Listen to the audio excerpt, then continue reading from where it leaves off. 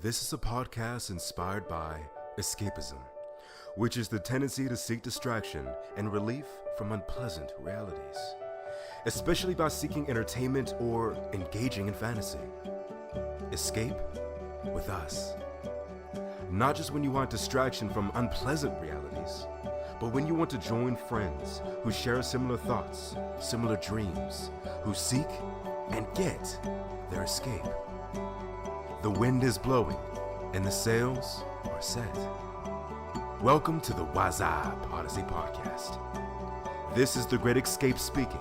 So now, how about we escape?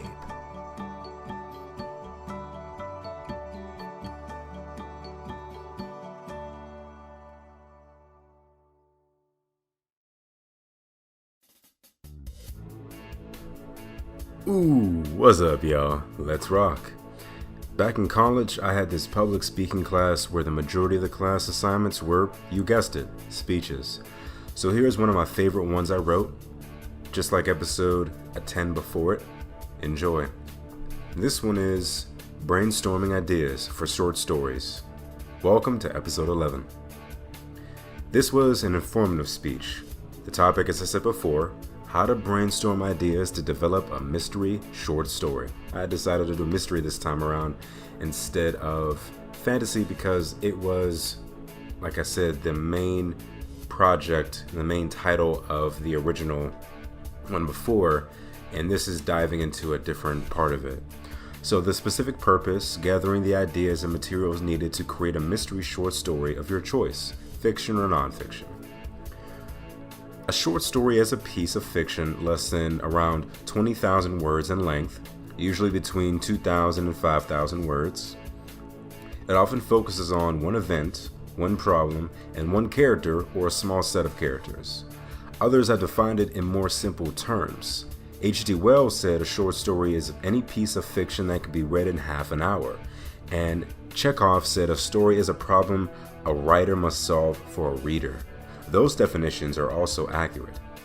This was cited from What is a Mystery Short Story and How Do You Write One by John Floyd. So, to understand or explain, it can often be impossible without the right clues to grasp what lies in the shadows of secrets, to reveal the truth hidden that hopefully was worth the discovery. The first important concept to start with, I feel, is the setting.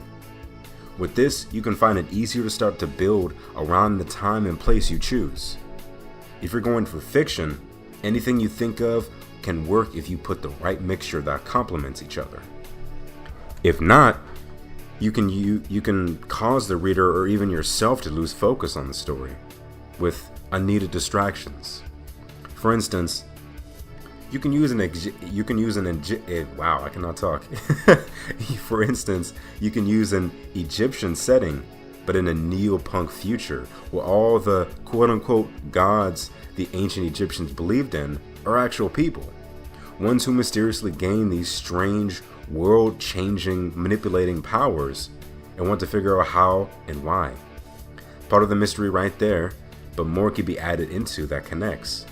Maybe the powers are slowly killing them, draining their life. So now it's a race against time. It's already taken the life of a few already. But if you're working with a short story, it's best not to go too deep and complex into a story unless you plan on making it into a series. Maybe even a spin-off. There are many roads that can lead from the simplest of ideas. Granted, that idea wasn't the simplest, but you never know what could spawn from it. I have run into that scenario so many times where, for instance, the book series that I'm working on currently, my original series, started from a tattoo I designed for a coworker. It was just a little tattoo of Red Riding Hood, but it was a version of Red Riding Hood from this fighting game. And from then, this little character I designed for a tattoo became a story that I thought, I want to create my own Red Riding Hood character. And then it just changed into this whole crazy story inspired by other major things. And there you go. Granted, that's not a short story, but I've worked on other short stories that have spawned from that. So that's what I'm getting at. So here's something now new even I forget to realize when coming up with that Egyptian idea right there. It could easily turn into a thriller instead of a mystery. Here's why. Mysteries almost always begin with a murder. The major question in a mystery is who committed the crime. Thrillers usually begin with a situation that leads to a major catastrophe, like an assassination, a bank robbery, a nuclear explosion, etc. The major question in a thriller is whether or not the hero can prevent the catastrophe from occurring. This was cited from How to Write a Mystery Story. So, write down every idea, no matter how small or unappealing an idea may seem at first. Write it down. And also, to go back to the citation I did before, that was www.wikihow.com/write a mystery story, and a dash in between each of those words there. So, like I said, I cannot stress this enough. Write down every idea, no matter how small or unappealing. Trust me, it really works out. Think of all the crazy cartoons or movies, books that are out there now, like SpongeBob SquarePants. I forget the exact start of that story, but think of how simple that is in its core. It's a sponge, a living sponge living under the sea in a pineapple, and just gets into these crazy antics with other sea creatures. It's really that simple. Granted, coming up with a sponge that lives under the sea, it's like, what were you doing to come up with that? But I mean, that's what I'm talking about. Like with my tattoo design for a coworker spawned this huge story series that I'm working on now. Just like that pineapple, whatever he thought of, I forget, but something small sparked that idea. Anything can happen. Write down every idea you get. And be patient. Don't rush yourself. That's a good thing about that. It's a good and bad thing about not having this as a full-time job. You get to work at your own pace and not have to worry, about time frames and deadlines. But at the same time, it's, if it's not your actual job, then you have another job, an actual job that takes away from this. So either way, there's a pro and con. So, like I said before, if it's not a job where you have deadlines and so forth, or maybe it's a side project that's separate from your actual project, don't rush yourself. Even if you're maybe not a writer, maybe you want to write stories and you just haven't had the ideas to do it just yet, or think you don't really have it. Just breathe. Even the simplest story can take weeks, months, years to develop. Trust me, I've read so many interviews on all the big people out there who are published authors, who have movie deals, who've had movie deals, who are currently getting movie deals, etc. Even the simplest story. But everyone's mind is different. For example, for someone, it may take hours or weeks, months, etc. Once you have a good standing of what setting and enough ideas, start developing characters. Depending on what setting and everything else we talked about, it could be easier or even more tricky. With the idea I presented, it could be easy because of the wide array of gods the Egyptians believed in, but it could be tricky choosing and giving them connection to each other, especially if you don't want to use the really crazy messed up ones that pretty much may not even make sense, because the Egyptians pretty much had a god for everything. So, but that also it could be interesting as well, but it all depends on what you pick and choose. So it's often easier to use a small amount of characters, especially if you want to have good character development.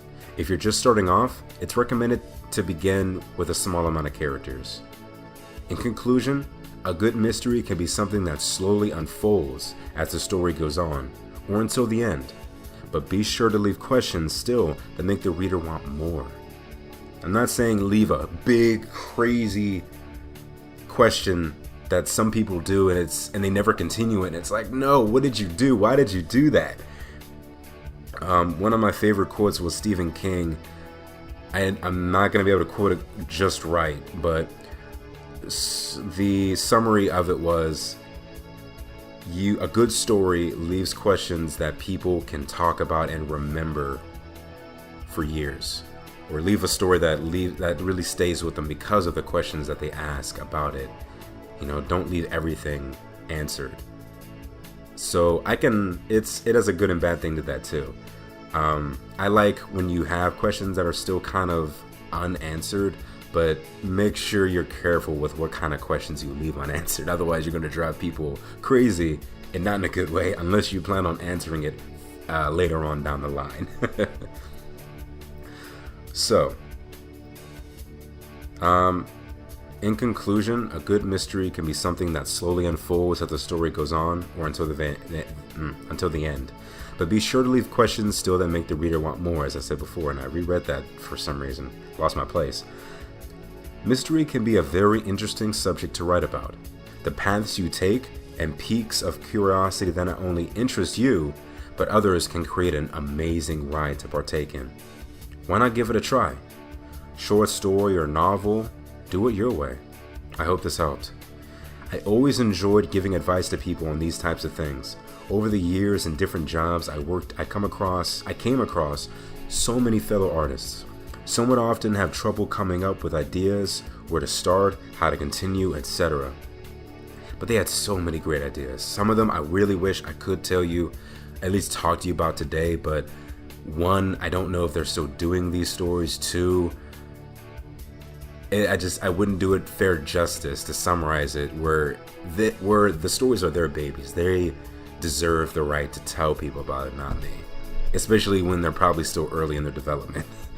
So I would always get so excited about this, but it was always sad to hear that even though all this crazy good stuff was going on in their head, they would keep hitting these bumps like I would always do too. But as frustrating as it can be, sometimes even the most simple ideas can take years to grow and develop. But in the end, that journey is so worth it, especially when not only you love it, but others do too. And that is what fuels me. Not just the fact that I love doing these things, but the fact that I can bring happiness to other people, bring joy to them, going through tough times, just needing something to pick them up, and they see something I do, listen to something I do, and it cheers them up, just like so many people do that for me. I want to give to other people too. So that's why it's so great. But in the end, that journey is so worth it, especially when not only you love it, and I keep reading the same stuff, I keep losing my place.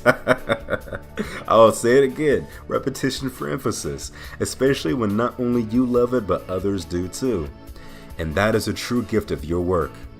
So what do you think? What are some ways you like to brainstorm? What is hard for you when it comes to developing ideas? Let me know in the comments below. So until the wind hits our sails yet again, later days. Also, PS to the amazing track, A Piece of Peace. This is one of my favorite tracks developed, and I wish I could tell you who wrote it, but type in PC3 and then A Piece of Peace, and I'm sure you'll find this artist, but really good. I've used it before on my podcast before. It's definitely going to be one of my trademark go-to background music pieces, so I hope you enjoyed as much as I do. Thank you for listening to episode 11, and until then, take care.